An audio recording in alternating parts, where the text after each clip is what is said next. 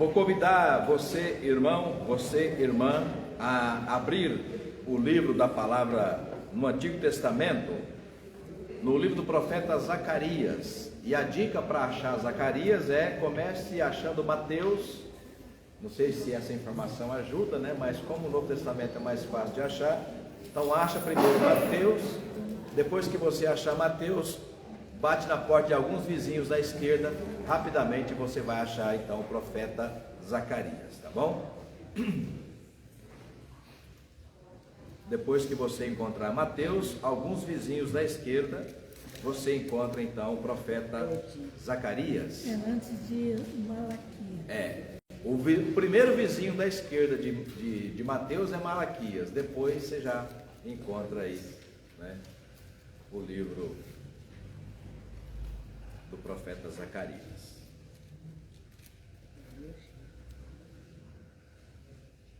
Lá no capítulo 4,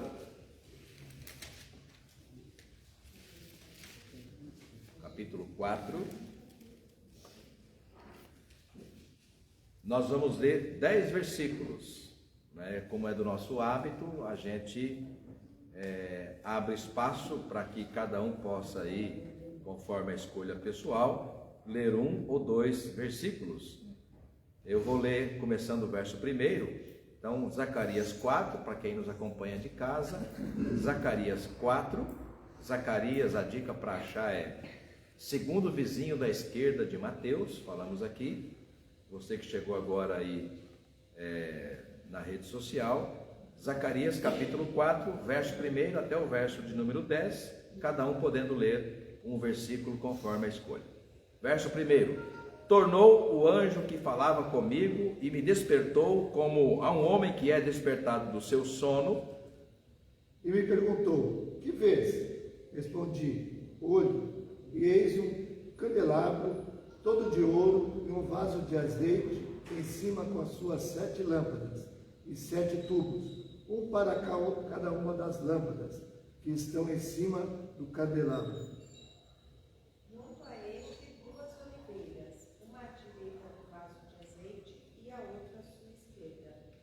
Então perguntei ao anjo que falava comigo: meu Senhor, que é isto?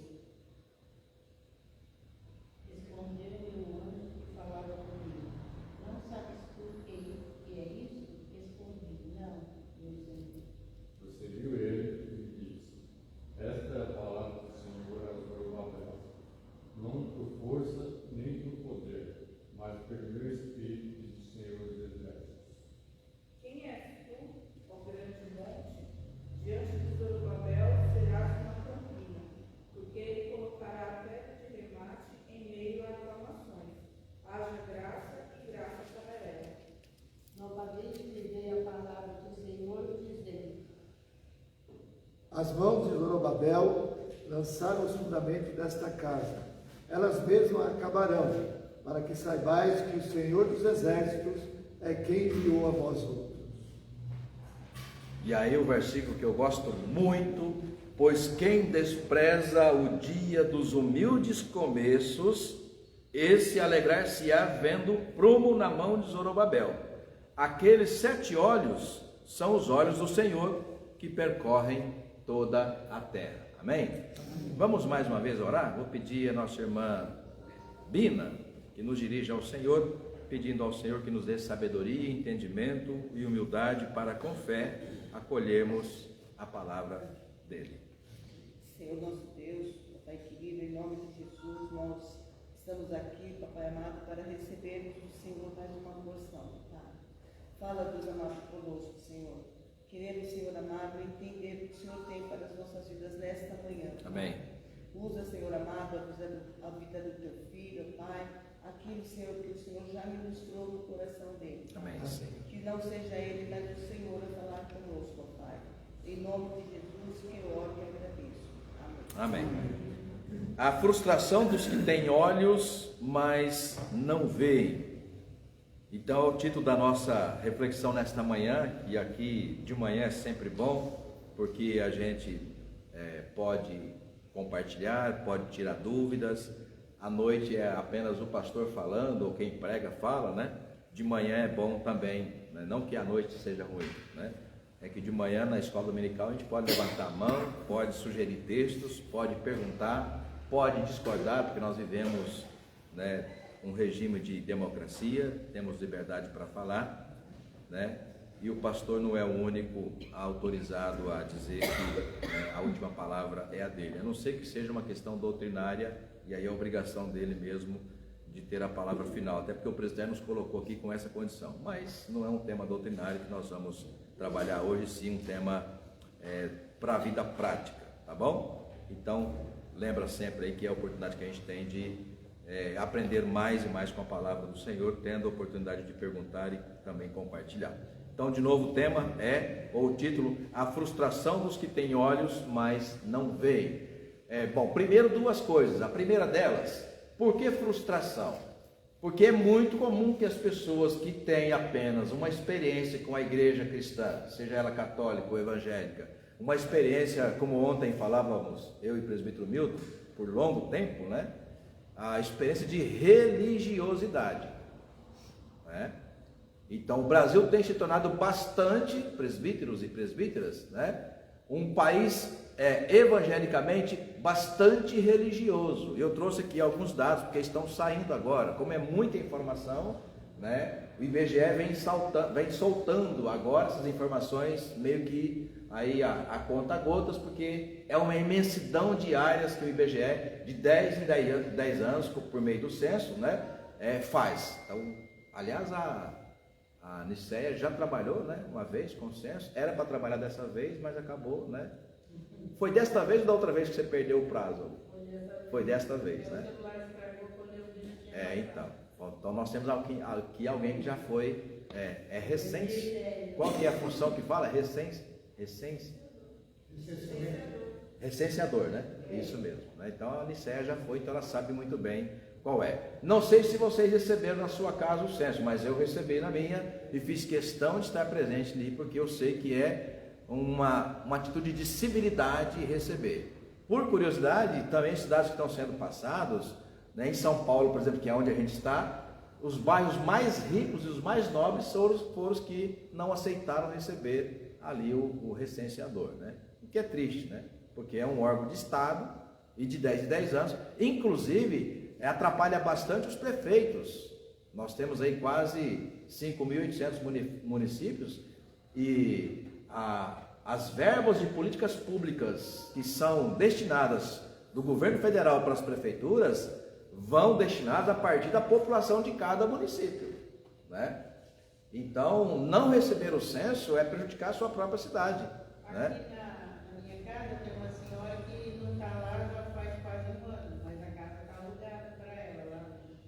E a moça veio não sei quantas vezes, gente falando que ela não está, pois ela voltou esses dias, falou que eles precisam, daí veio encarregado, falou que eles precisam conversar com alguém. Daí eu pedi para ir na casa do novo dentro da casa, para ligar para a família, para conversar, porque senão eles não podem fechar daquela rua. Né? Por causa que não consegue, porque a senhora não mora, mas não está lá, mas ela... Tanto que se falava, né, que o Brasil tem 220 milhões de pessoas, de habitantes, né? O censo está mostrando em torno de 203 milhões, né? Então desapareceram 17 milhões, né? Então os prefeitos ficaram desesperados, porque a verba vai vir menor. É óbvio, se a população está diminuindo, a verba que vai ser repassada leva em consideração aqueles dados que estão ali sendo colocados. Nós trabalhamos com escola, né? Liliane, Lília, eu e outros aí, não sei mais. Por exemplo, matrícula de aluno, né? Chega o período de fazer matrícula, as diretoras, as coordenadoras ficam desesperadas, né? Porque quando cai o número de matrícula, a verba, né, do ano seguinte vai ser menor, porque a verba vem de acordo com a quantidade de alunos que a escola tem, é óbvio, né? Por exemplo, você comparar a família, se você tem um filho, é uma despesa, se você tem 4 filhos, né, Lília? Não 4, mas 3, a despesa é outra. Então, por questões óbvias. Por que eu estou falando sobre isso? Porque há uma diferença, e o censo tem mostrado isso desde 1940, quando aconteceu o primeiro censo, e rapidamente que eu quero falar sobre isso, para atender o tema da nossa meditação, tá? Porque eu estou falando sobre, a primeira coisa que eu falei é frustração, tá? E por que frustração? mesmo tendo olhos, mas não veem. O profeta Isaías usou essa expressão, Jesus também usou, e as duas passagens nós vamos conferir aqui, tá? Por que a frustração? Quem apenas frequenta a igreja, mesmo tornando-se membro dela, sendo batizado, professo, mas não tem o que a Bíblia de forma tão clara, sobretudo nas cartas paulinas, isso é, ali eu falei que não ia falar de doutrina, mas acaba falando diretamente, né? Quando se trata de salvação, de transformação, de conversão, a palavra grega é metanoia, ou seja, mudança de mente. Jesus falou para Nicodemos que é nascer de novo, então não precisa nem insistir aqui, porque vocês já sabem muito bem a diferença entre ser religioso e ser uma nova criatura. Na oração do presbítero Marcos nós ouvimos isso, né? Da importância de você, quando é fiel ao Senhor, você é fiel em todo o tempo, né? No tempo de luta, de escassez, de dificuldade, profeta Abacuque, né? No capítulo 3, e em tempo de alegria, ou seja, para quem é crente, não importa as circunstâncias em que ele está inserido na sua vida.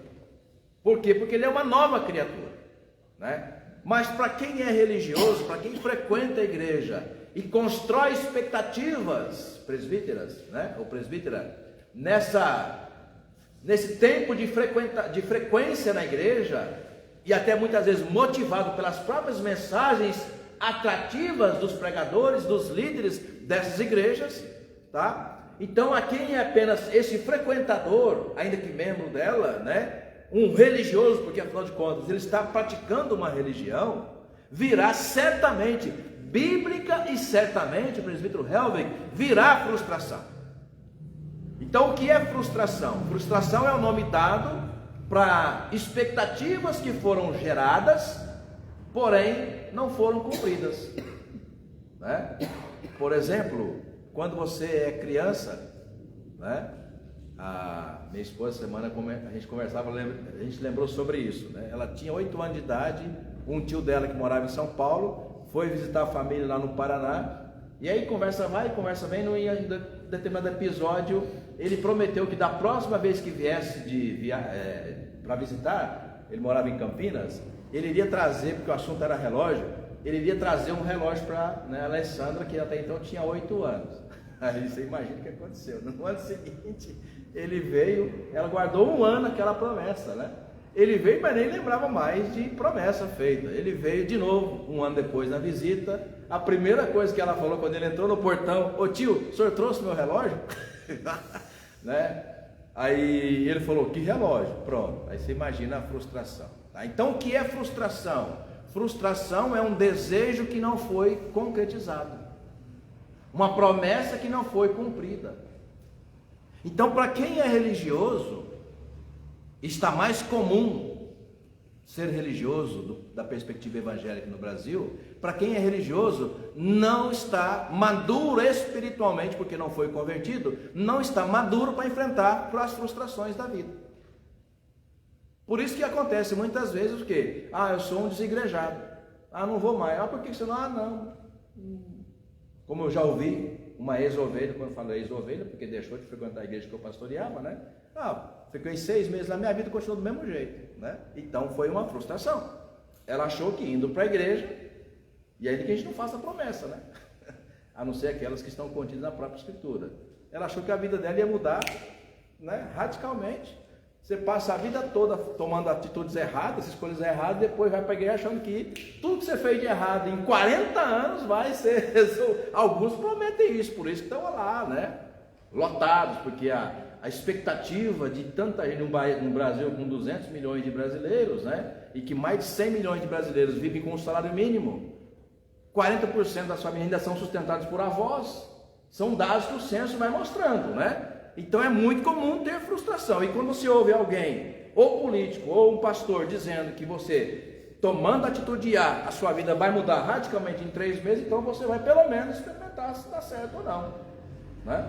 Bom, para responder a esse tema, olha só, o censo está mostrando para nós que agora, inclusive na semana passada a mídia começou a divulgar isso, né? Tem alguns órgãos aí que já estão mostrando esses dados do censo, tá? Sobre povo evangélico brasileiro.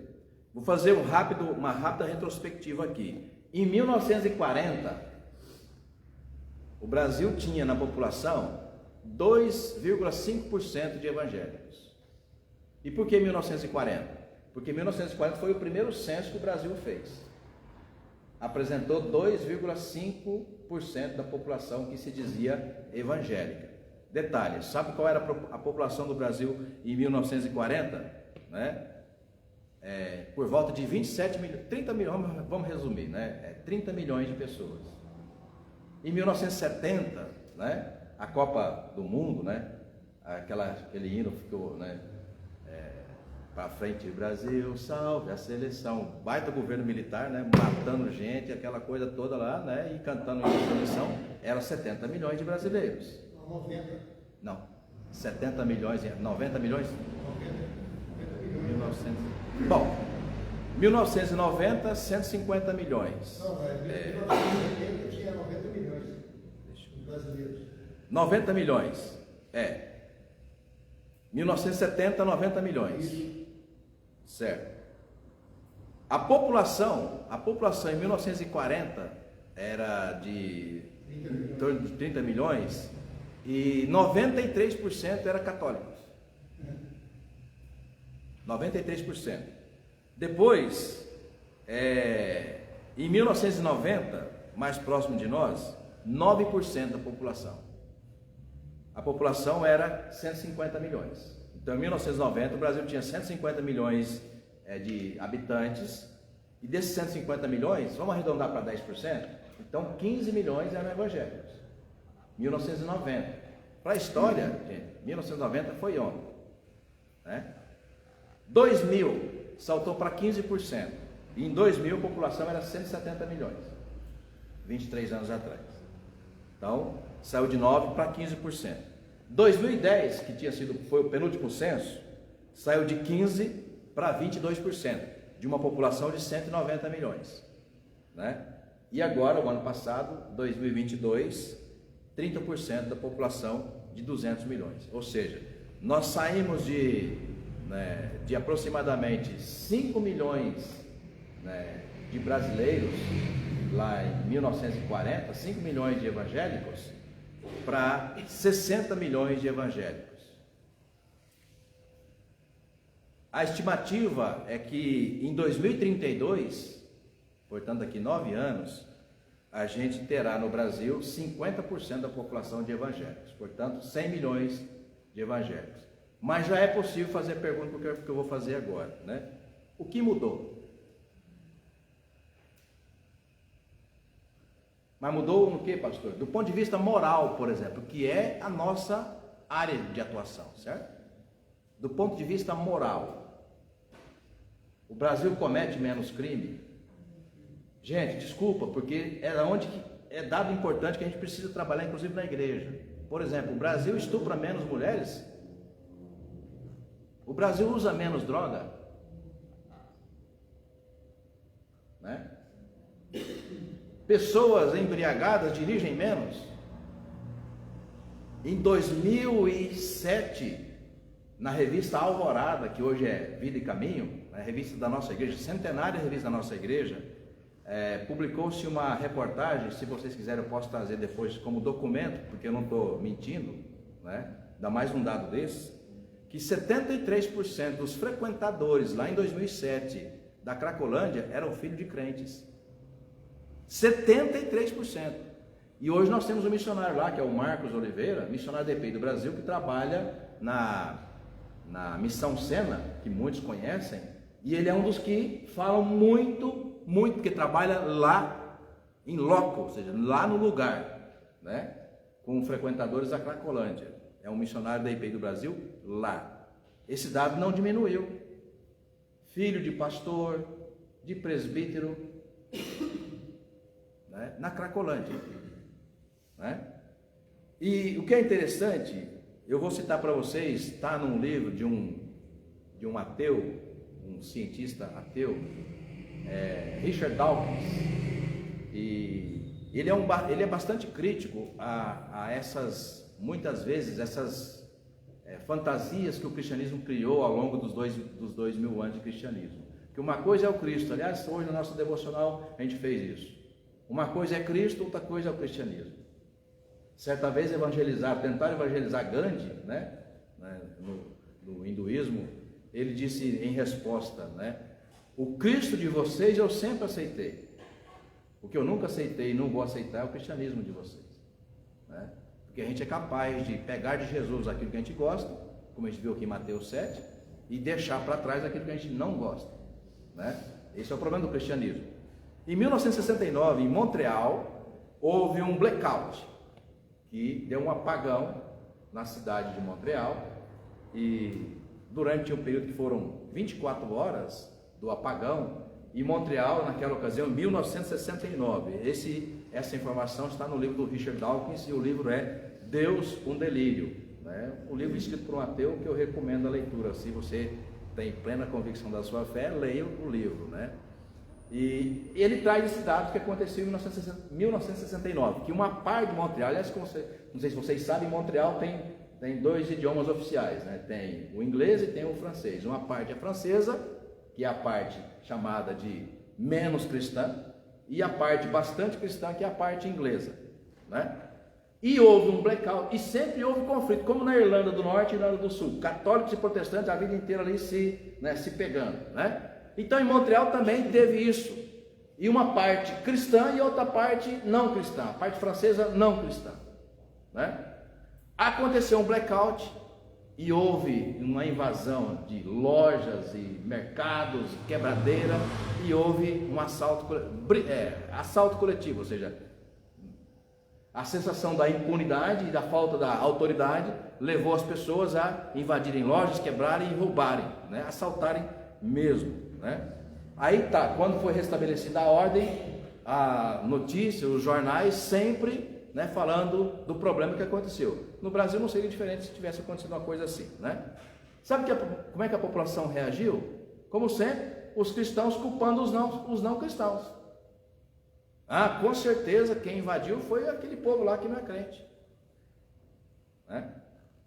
Com o trabalho da polícia, descobriu-se que, na verdade, a maioria das pessoas que invadiu as lojas e roubou era do lado dos tais cristãos. Né? Então, gente, isso está acontecendo no nosso país. A leitura que eu faço aqui está aumentando exponencialmente, vai continuar aumentando o número de evangélicos, né? E o nosso país não está melhorando, do ponto de vista moral. Né?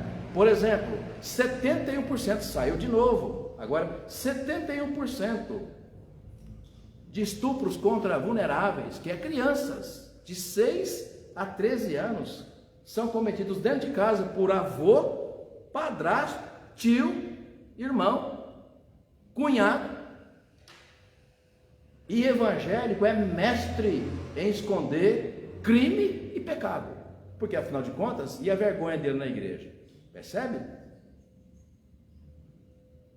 Eu conheço vários casos como pastor, né, de famílias que acobertaram por vergonha. Ah, mas o que vão dizer da gente na igreja? Percebe? Né? Então, irmãos e irmãs, são temas que a igreja não pode ficar omissa. Ela precisa trabalhar esse tema. Daí, né, a minha preocupação de compartilhar com vocês esse tema sobre a diferença entre ser religioso e ser uma nova criatura em Cristo Jesus. Né? O Brasil está se tornando bastante religioso do ponto de vista evangélico, mas pelos números e os dados que nós estamos conferindo, ele não está melhorando do ponto de vista moral. Ouso dizer, o que é triste, está piorando. Né? Quando o Brasil tiver 100 milhões de brasileiros ditos evangélicos, espero que eu esteja enganado, que isso será em 2032, daqui 9 anos. Né?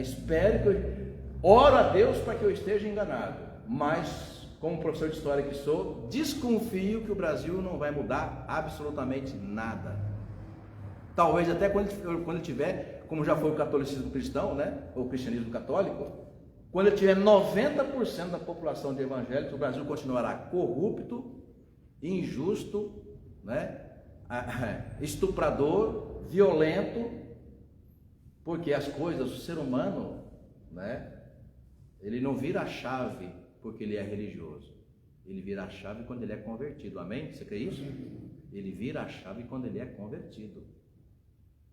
Quando ele nega a si mesmo. Ele precisa negar a si mesmo e seguir Jesus. Se ele não fizer isso, ele só é um religioso. E aí, ou ele vai se frustrar, ou ele vai frustrar muita gente. Como está frustrando, por exemplo, o nosso país. Amor, o Brasil não é evangélico, não era para ser diferente? Não, ele é evangélico, mas como apenas um dado religioso. Convertido é outra coisa. Em outras palavras, irmãos e irmãs, é disto que o profeta Zacarias está tratando aqui, nesse momento histórico de Israel, que eu quero aqui rapidamente fazer alguns recortes para vocês compreenderem aonde a gente quer, ou aonde eu quero chegar, tá?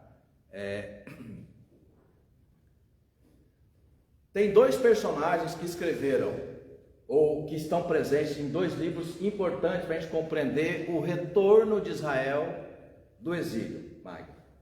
Então Israel, depois de promessas feitas, depois de muitas tentativas, quando eu falo tentativa, não é que Deus não foi incapaz de fazer o que tinha que fazer, não.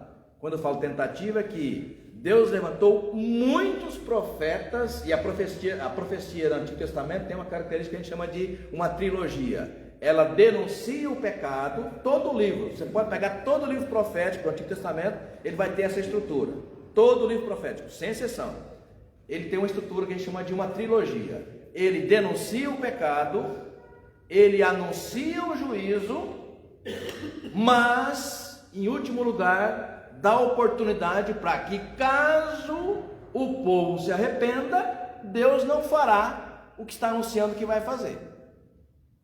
Tá? Então aqui dica de escola dominical, tá? De professor de teologia, inclusive. Modéstia à parte falando, porque de fato sou. Então a profecia judaica ela tem uma estrutura que a gente chama de trilogia. 3 colunas, vamos dizer assim. O profeta denuncia o pecado, o profeta anuncia o juízo, que é o que Deus vai fazer, caso você não mude, ou caso o povo não mude de atitude.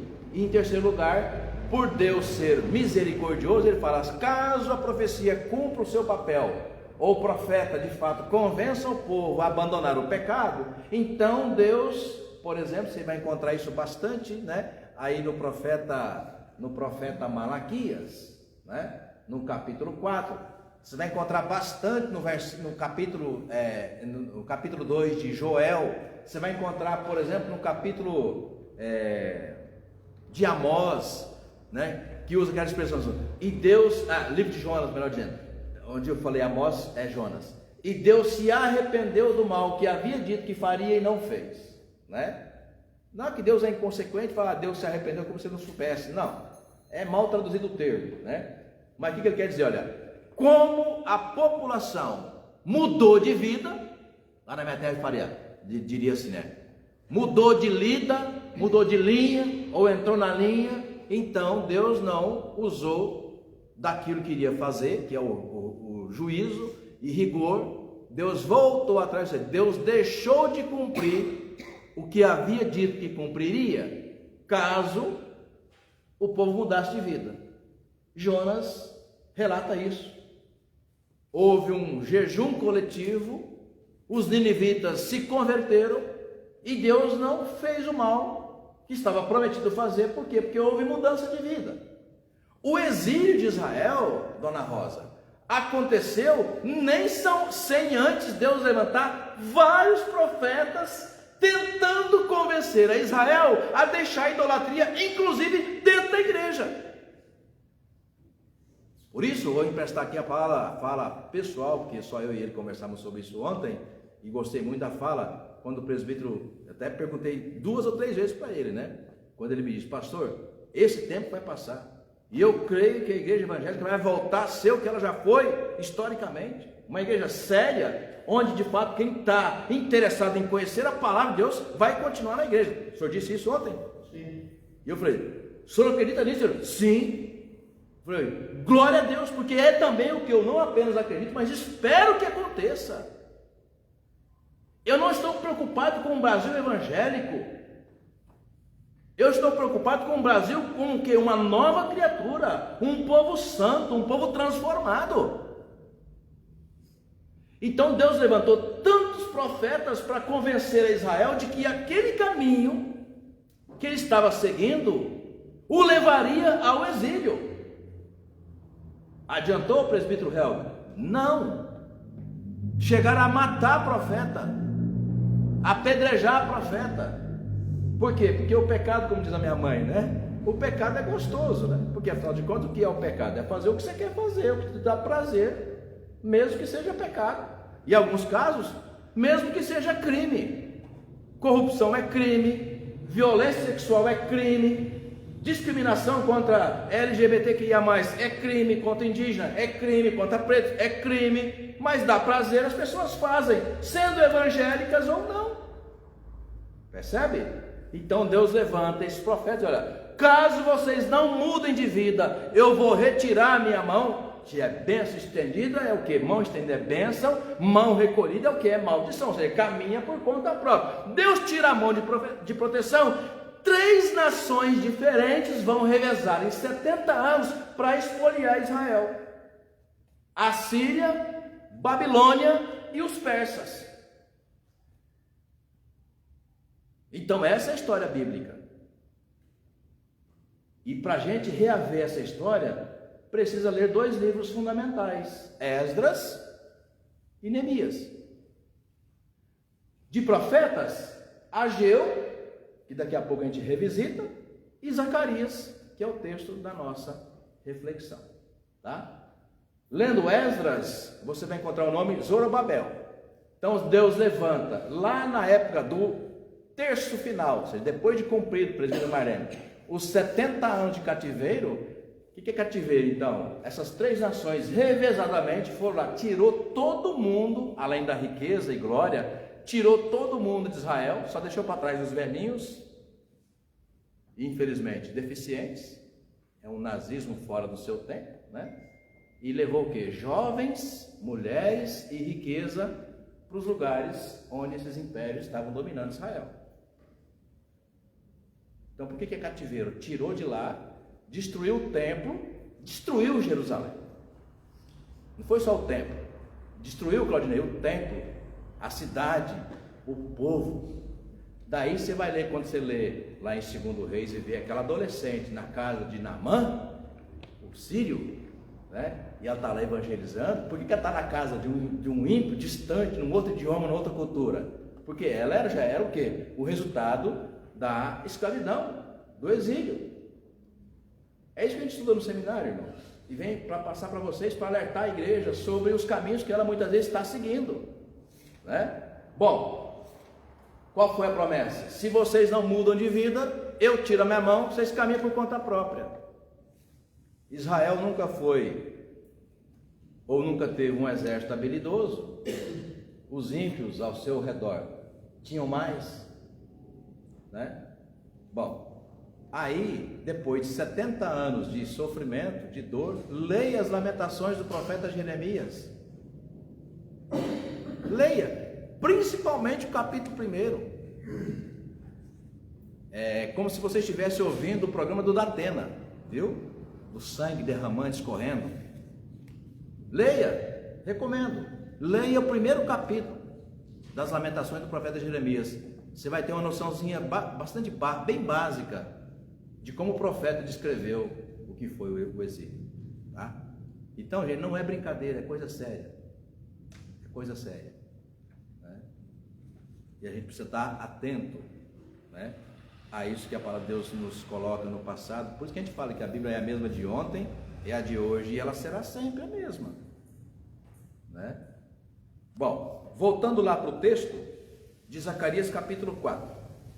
Capítulo 4, que senão a gente acho que teremos de voltar no tema no domingo que vem. Não dá para a gente terminar hoje, passamos boa parte apenas na introdução. Capítulo 1, aliás, capítulo 1, Zacarias 4, verso 1. Tornou o anjo que falava comigo, me despertou como um homem que é despertado do seu sono. Então imagina, né? Ontem a gente saiu da festa, do culto, né? tarde, chegou em casa tarde, tá? Até preparar para ir dormir, foi dormir meia-noite, né? Até que não é tão tarde, mas parece que eu estava com mais sono do que o comum. Aí põe o relógio para despertar às 5h30, né? Para dar mais uma passada na aula da escola dominical. Aí a hora que ele bateu 5h30, mas meu Deus, mas não é assim, eu acho que agora é 1h da manhã, não é possível, né? Que eu olhei, era 5h30 mesmo, né? Então tem dia que a gente está com mais sono, né? Então assim, despertou do sono, você meio que acordado, meio que dormindo, né? Ele chama o profeta, vamos imaginar assim, Magda, e foi lá naquela mesa, tá, do altar, no templo, e naquela ocasião estava decorada na liturgia do templo judaico, do jeito que era naquela época. Hoje para nós aqui seria, então chama a Magda, vem cá, Magda, abra os olhos, vem que está 5h30 da manhã, abra os olhos, ela assim, tá, o que você vê? Ela olha assim, meio que dormindo, acordada, eu vejo uma Bíblia, eu vejo as cores litúrgicas, né, 2 toalhas verdes, eu vejo ornamentos de flores, né? Poderia ter mais coisa ali, se fosse, por exemplo, um dia de celebração da ceia, eu vejo pão, eu vejo uva, eu vejo vinho, né? Ou seja, você vai descrevendo. É isso, eu gosto muito desse texto, Liliane, porque ele vai dizendo isso, olha, o que você vê?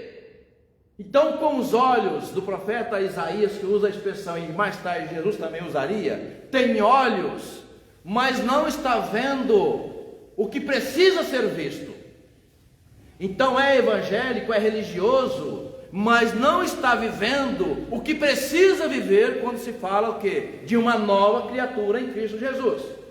Então essa linguagem que o profeta, seu Arlindo, vai utilizar aqui para falar sobre os olhos físicos e os olhos espirituais. Verso 2 ele fala, e me perguntou, o que você vê? Ele responde, olho, e eu vejo o que? O candelabro, que é o que tinha na mesa judaica. O candelabro todo de ouro, um vaso de azeite em cima com as suas 7 lâmpadas, 7 tubos, um para cada uma das lâmpadas que estão em cima do candelabro. Junto a este, ele continua descrevendo, 2 oliveiras, uma à direita do vaso de azeite, a outra à esquerda. Então o anjo continua perguntando, você acordou mesmo? Escuta, está acordado? Verso 4, né? Então perguntei ao anjo que falava comigo, meu Senhor, o que é isso? Ou seja, eu sei o que eu estou vendo aqui, por que você está perguntando isso? Né? Verso 5, então o anjo vai responder, não sabes tu o que é isto? Respondeu, não, meu Senhor, para mim isso aqui é uma mesa da comunhão. Né? Verso 6, olha que coisa linda, Dona Rosa, ele vai dizer, esta é a palavra do Senhor a Zorobabel, 2 pontos, que palavra? Não por força nem por poder, mas pelo meu espírito, diz o Senhor dos exércitos. Quem és tu, ó grande monte? Diante de Zorobabel serás o quê? Uma campina, porque ele colocará a pedra de remate em meio às aclamações, haja graça e graça para ela. Até aí, para um pouquinho, vamos comentar. Ou seja, quem é Zorobabel, Dona Vilma, e do que ele está falando? Presta atenção, irmãos e irmãs. Da mesma forma que durante décadas, Claudinei, Deus anunciou por meio dos profetas que viria o exílio de 70 anos se o povo não mudasse de atitude. E veio. Quando cumpriu os 70 anos, Deus falou, agora eu vou reconstruir Jerusalém. Porque já cumpriu o tempo. Aquela geração já passou, e eu vou levantar agora um novo Israel, um novo povo. Por isso, presbítero Milton, a sua fala ontem, eu creio que é profética, porque é o que eu quero e oro para que aconteça, para que o Brasil não seja evangélico, mas seja crente, transformado, nova criatura, mude os dados do censo do nosso país. Ok, então ele fala, Deus levanta Zorobabel. Vou dizer para vocês, irmãos e irmãs, em que circunstância, tá? Ciro, hoje a gente diria, até pela região geográfica, Saddam Hussein, que nem vive mais, né? Seria mais ou menos assim, Saddam Hussein fala, eu vou libertar todos os cristãos que eu tenho oprimido nesses anos todos, vou pedir para que eles voltem entendeu? Para suas igrejas, e todas as igrejas que estiverem destruídas, porque eu mandei destruir, eu vou reconstruir e vou pagar com o meu próprio dinheiro. Seria mais ou menos isso, tá? Para você comparar o que Deus fez. Toca no coração de Ciro, um rei persa, ele faz um edito, decreta, liberta o povo, levanta Zorobabel, que é o engenheiro, que é o cara que vai fazer a administração da reconstrução do templo em Jerusalém. Simplesmente isso que vai acontecer, tá? Aí eu pergunto para vocês, que é o que o profeta aqui está sendo instado a relatar o que ele está vendo. Ou seja, a pergunta é: quem veria o que Deus estava por fazer? Ninguém. Depois de 70 anos de destruição, de cativeiro, de angústia, de não ficou pedra sobre pedra, quem dissesse Deus vai reconstruir essa nação, quem acreditaria? Nem o profeta acreditou. Aí ele fala: não é por força nem por violência, mas eu vou fazer. Por quê? Porque eu estou dizendo que vou fazer. Amém? Irmãos, tem olhos, mas não veem. Não basta ser religioso, frequentar uma igreja, ser membro dela e ser batizado. Precisa ser uma nova criatura, mudar os dados do censo. O coração precisa estar queimando. Precisa ser crente primeiro em casa, depois, como a gente ouviu ontem na palavra, depois na rua, no trabalho. Porque é assim que a gente, uma nação, muda o censo, os dados do censo. Evangélico não vai mudar dados do censo, como o católico também não mudava, com todo respeito. Quem muda os dados do censo, no texto que lemos hoje, viu, Liliane, pela manhã, Tessalonicenses, nós lemos aqui, aquilo é mudar os dados do censo. Paulo chega numa região de ímpios, anuncia o evangelho, e nem era para ele estar lá, não tinha nem planejado ir para lá, mas Deus mandou, por meio de um sonho, o varão na Macedônia: passa, venha para cá. Não estava nos planos dele, e ele vai. O que acontece? Nasce aquela igreja linda, maravilhosa, depois de 3 meses só de evangelização.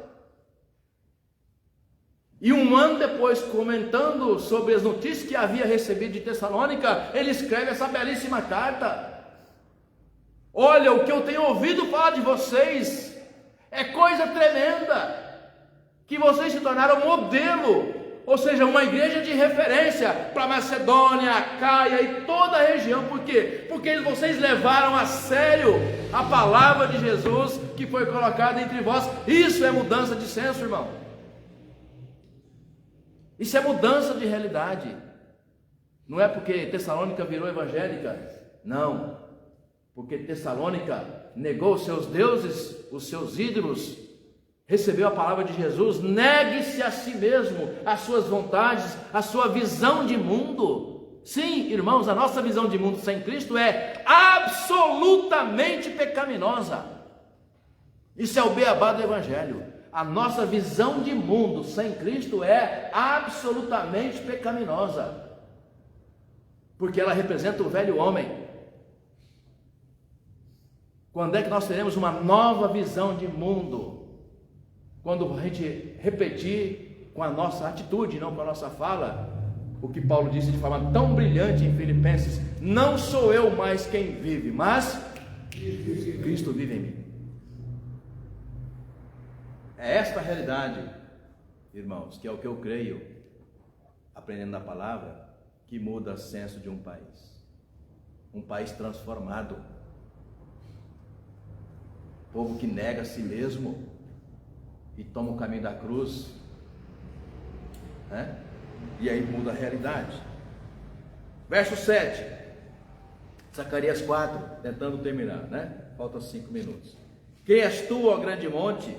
Diante de Zorobabel serás uma campina, porque ele colocará pedra de remate em meio a aclamações, haja graça e graça para ela. Novamente me veio a palavra do Senhor dizendo: as mãos de Zorobabel lançaram os fundamentos desta casa. Ele está falando da casa, tá, gente? Que vai ser construída, reconstruída, que é o templo de Jerusalém que foi destruído, né, no período do exílio. Elas mesmas a acabarão, para que saibais que o Senhor dos exércitos é quem me enviou a vós outros.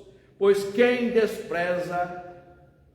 Aí que vem que eu falo que é o que eu mais gosto, né? Gosto de tudo, mas aqui é a cereja do bolo, né?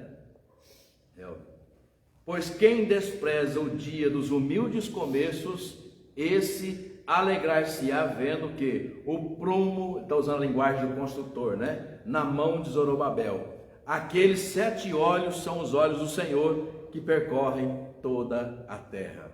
Então, irmãos, concluindo, eu não tenho dúvidas nenhuma de que Deus está vendo o que está acontecendo no Brasil. De 2010 para 2022, dados do censo, tá?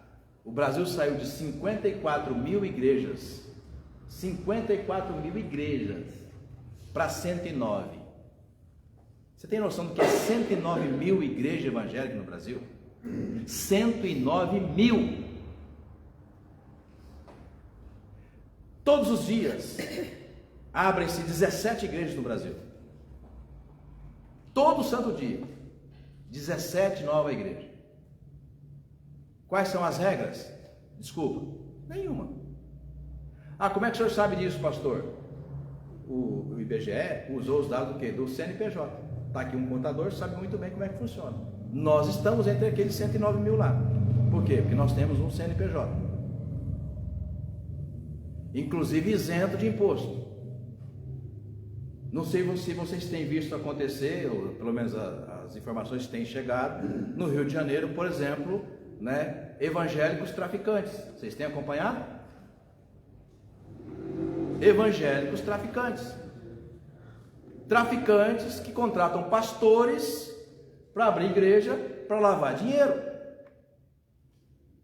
E nós felizes da vida, porque agora somos 60 milhões de evangélicos no Brasil. Está tudo no bojo, viu? Porque o censo, quando vai na casa desse evangélico, ele não pergunta sobre doutrina, ele pergunta a religião dele. Ele fala: eu sou evangélico. Ele não precisa dizer: ó, eu sou evangélico traficante. Ele fala evangélico. E aí entra na estatística. Percebe? Tá? Irmãos, irmãs, como crente que sou, de terceira geração, as minhas orações é para que Deus passe o nosso país a limpo. E comece pelos evangélicos. Se houver uma perseguição nesse país, a gente vai saber de fato quem é crente. E não está longe disso acontecendo. Saber quem é crente. Essa aí eu não sabia. Pois é, muitos não sabem. Muitos não sabem. Pessoa simplesmente vai lá, reúne 30 pessoas que pode ser da família, pode ser amigos de bar. Não estou falando da fantasia não, viu? 30 pessoas, pode ser amigos de bar. Ele faz uma ata, coloca um endereço que pode ser na garagem dele, pode ser no lugar de um ex-boteco, ou pode ser no próprio boteco. Ele não vai lá. O cartório não vai lá no endereço para conferir se ali mesmo tem um boteco, entendeu? Ou tem uma igreja. Ele quer o estatuto, né? E ele vai lá, pega o estatuto, um regimento interno, coloca 30 pessoas, assinatura delas com identidade, número de identidade, vai no cartório, assim nasce uma igreja. Mas ele fica feliz, sabe por quê? Nossa, ele era um salão de dança, de jogos. Hoje é uma igreja, mas tinha que ser uma igreja mesmo, né? Então, nossa, ele era um bar, nossa, a pergunta é... muita cachaça. Hoje é uma igreja. Mas eu vou perguntar, mas olha só, a gente poderia fazer uma outra aula de escola dominical só sobre isso, né? O que faz mais mal, né? Um charlatão, né? Ou uma dose de cachaça, né? Nas visitas a gente descobre de fato quem que é, né, a ovelha da igreja. Por isso que eu gosto de visitar. Das muitas falas que eu já tive na casa do presbítero Helmut, tudo que ele já me contou, né, tem uma que acho interessante, que hoje seria um absurdo, né? Se eu estiver dizendo mentira aqui, o senhor me desminta, tá? Por favor. Ele falou que quando estava lá no processo de fazer profissão de fé, e aí ele foi ser, né, tipo, examinado pelo pastor da igreja, que eu não vou me reservar aqui o direito de não dizer denominação, mas se ele quiser dizer, pode dizer, né? O pastor estava sentado na escrivaninha dele lá, e examinando sobre a fé, né, e maturidade do Helvig, jovem Helvig na ocasião, para se tornar membro da igreja. E enquanto entrevistava o Helvig, ali com um cigarrão cigarro, charuto, não sei, né? Cigarro, né? Fumando e entrevistando, que para hoje que o evangélico, bebê, falou, nossa, pecado absurdo, né? Tá aqui, ó. Tem quantos anos que isso aconteceu? Eu tinha 17. 17 anos. Faço umas contas. 17 para 83, né? Aquilo escandalizou ele, né? Gente, o cigarro faz mal para o corpo, para a fé não, né? O cigarro vale menos ou vale mais do que o sangue de Cristo? Se a pessoa é convertida, não é o cigarro, é a bebida que vai fazer reparo, mas para essa espiritualidade, entendeu? Cosmética que está por aí, não, é um absurdo, percebe? Então nós nos preocupamos com coisas superficiais e esquecemos de coisas estruturais, tá? Eu tenho um amigo que diz que dependendo do bar, ele pode ser melhor do que uma igreja. Se naquele bar frequenta pessoas que se gostam, que se respeitam, porque quando alguém com essa palavra aqui na mão, entendeu? Começa a literalmente a usar as pessoas para tirar dinheiro, para ficar famoso, para ficar milionário, não é uma igreja. Desculpa, não é uma igreja. Quando um traficante funda uma igreja para lavar dinheiro, e ele que tem lá um pastor comprado para falar que é igreja, não é igreja. E nós precisamos abrir a realidade, abrir a mente para isso, irmãos. O brasileiro ele é muito crente, ele é muito crédulo, né? Ele acredita em qualquer coisa. Quando Paulo foi pregar naquela região, que era uma região difícil, entendeu? Foram conferir os bereanos. Espera lá, o que esses caras estão falando? É isso que falta para nós, tem faltado. Num tempo passado, não. Reverendo Silvio Lobo, que às vezes me acompanha aqui, se eu estiver acompanhando, o senhor pode me depois colocar aí a mensagem no Facebook, né? Ele falou, pastor, na época que eu era jovem, o discipulado era de 1 ano, e boa parte reprovava para fazer profissão de fé. Reprovava. Hoje, se você falar para o crente que ele vai ficar, o frequentador, que ele vai ficar 1 ano no banco esperando para fazer profissão de fé, mas por que eu vou embora para outra? Percebe? Porque são 109 mil, é uma em cada esquina. Então, desculpa a expressão, o freguês escolhe onde ele quer frequentar. Por isso que ele dita o que o pastor tem que pregar. O senhor já viu quantas tem nessa rua? Só na nossa rua, quantas tem? Tá? Então é assim, né? Então, irmãos, que a gente possa, né, ter cuidado, né, com essa palavra de Jesus. Vamos terminar lendo as 2 passagens que é onde aparece a expressão: tem olhos, mas não veem, tem ouvidos, mas não ouvem. Não veem o que? O que Deus está mostrando, e não ouvem o que Deus está falando, apesar de ter olhos e apesar de ter ouvidos. Apesar de ter olhos para ler, Magda, e apesar de ter ouvidos para ouvir a pregação, mas se porventura chacoalhar, o caipira na minha terra fala saculejar, né? Se saculejar o cabo e ele não gostar, eu não vou para outra igreja, por que eu tenho que ficar aqui? Para levando, né, safanão espiritual do pastor? Não, vou para outra, porque assim é que é, né?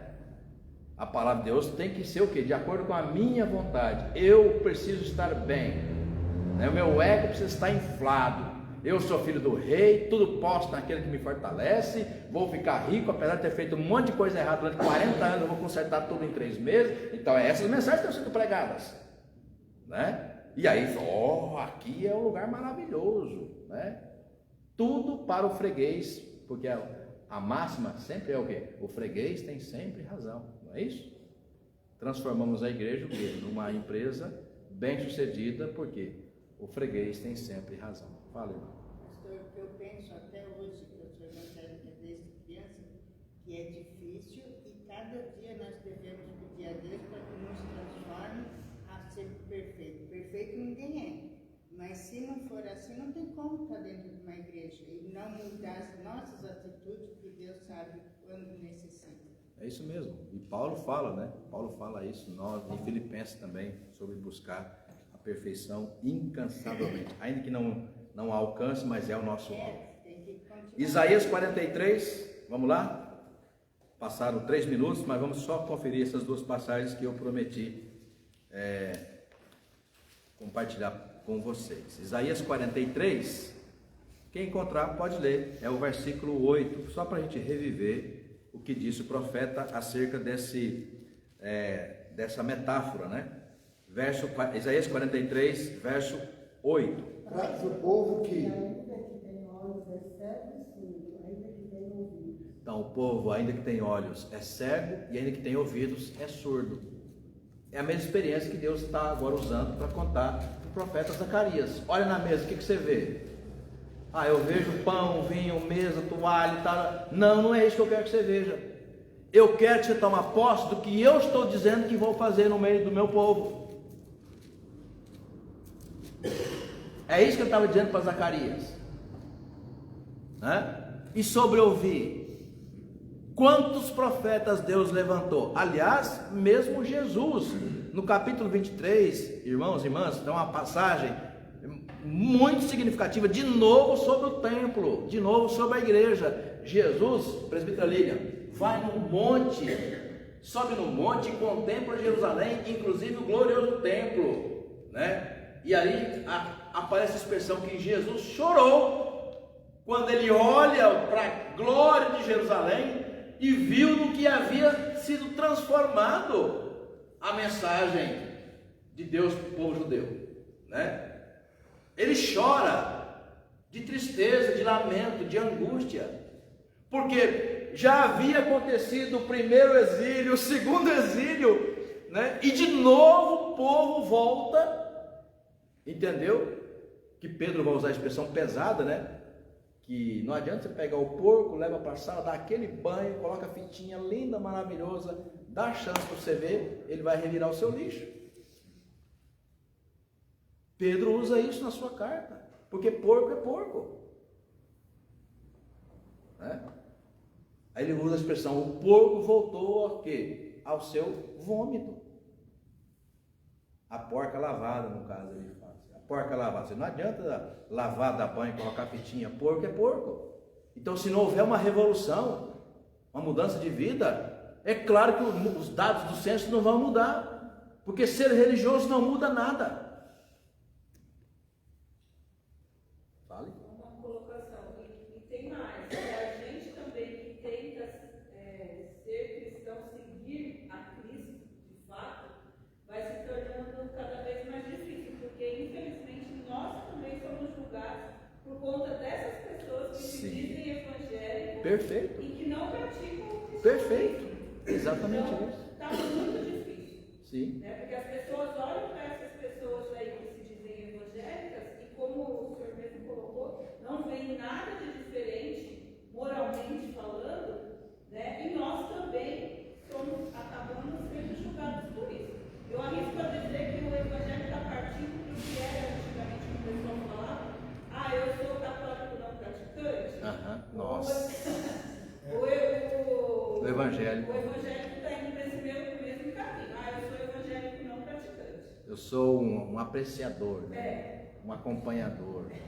Eu arrisco a dizer isso. Com certeza. Lamentável. O estudo de quarta-feira que eu trouxe também tem muito relevante. Muito do que o senhor está dizendo. Porque o tema é o testemunho, né? Que testemunho eficaz nosso, está sendo no mundo perdido hoje. Porque o testemunho fala muito mais alto do que Sim. a palavra. Você pode conhecer a palavra, viver ali, né? E não viver nada disso. Sim. E, como também o dito de Isaías foi para a boca de Jesus, né? Tão importante era que Jesus repete esse dito, e está mais completo ainda, né? Lá, Mateus 13. Quem encontrar, por favor, pode ler com ele, a gente termina. Mateus 13, verso 13.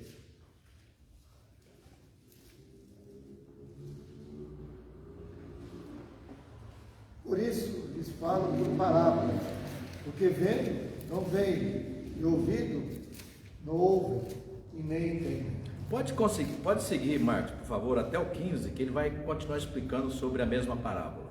De sorte que nele se cumpre a profecia de Isaías: ouvireis com os ouvidos, e de nenhum modo entendereis, vereis com os olhos, e de nenhum modo percebereis. Por quê? Olha só, ele responde. Porque o coração deste povo está endurecido. Vai. De mau grado ouviram com os ouvidos e fecharam os olhos, para não suceder que vejam com os olhos, ouçam com os ouvidos, entendam com o coração, e se convertam e sejam por mim curados. Eita Jesus, é lindo demais. E a palavra é o que? Se convertam, é metanoietes. No grego é mudança de mente. Paulo fala em Filipenses, em Efésios também, quem pecava não peca mais. Quem adulterava não adultera mais. Quem era corrupto não é corrupto mais.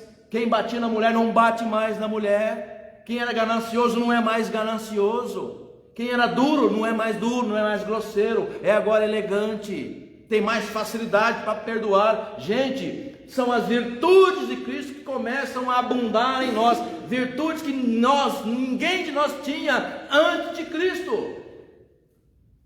Pode ter como religioso, mas em algum momento, quando precisar mostrar, não consegue. Lembra agora, começa a fazer sentido a palavra de Deus, né? Quando Paulo fala: quando estive entre vós, Tessalônica, não fui confiado em palavra humana, mas sim no quê? No poder de Deus. Então, irmãos e irmãs, é isso que transforma o ser humano. Não é virar religioso ou evangélico. Não. É virar uma nova criatura. Ser transformado. E o que me espanta é falar de uma palavra tão antiga, né? Mas o que é bom é que a Bíblia, né, a palavra de Deus, não tem data de validade, né? É a de ontem, é a de hoje, e será daqui, se permitir Deus, 1000 anos.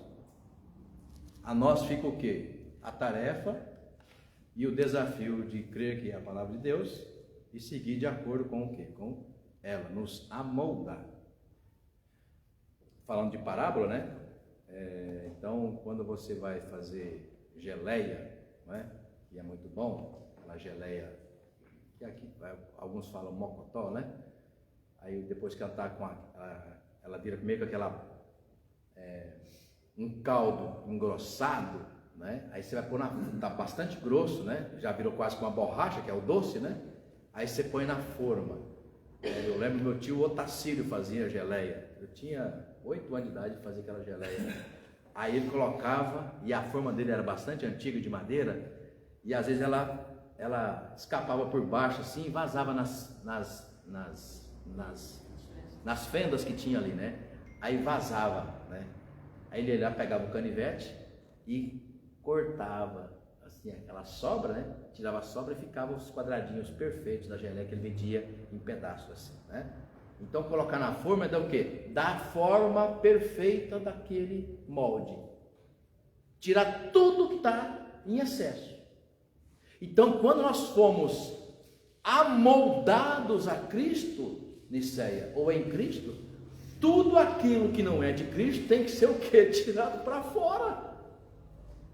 A gente que andar com Cristo vai levando toda a nossa mala do velho homem. Não dá, gente. Não dá. Paulo fala isso quantas vezes? Deixando as coisas que para trás ficam, aquelas que foram sepultadas. Então o tema é tão urgente e necessário que o tempo passa, mesmo 15 minutos depois da hora, né?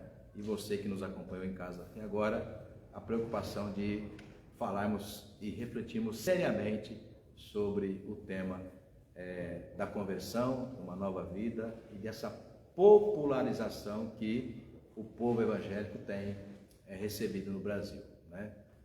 Como disse, para terminar, não basta ser evangélico, precisa ser uma nova criatura, amém? Amém. Vamos orar?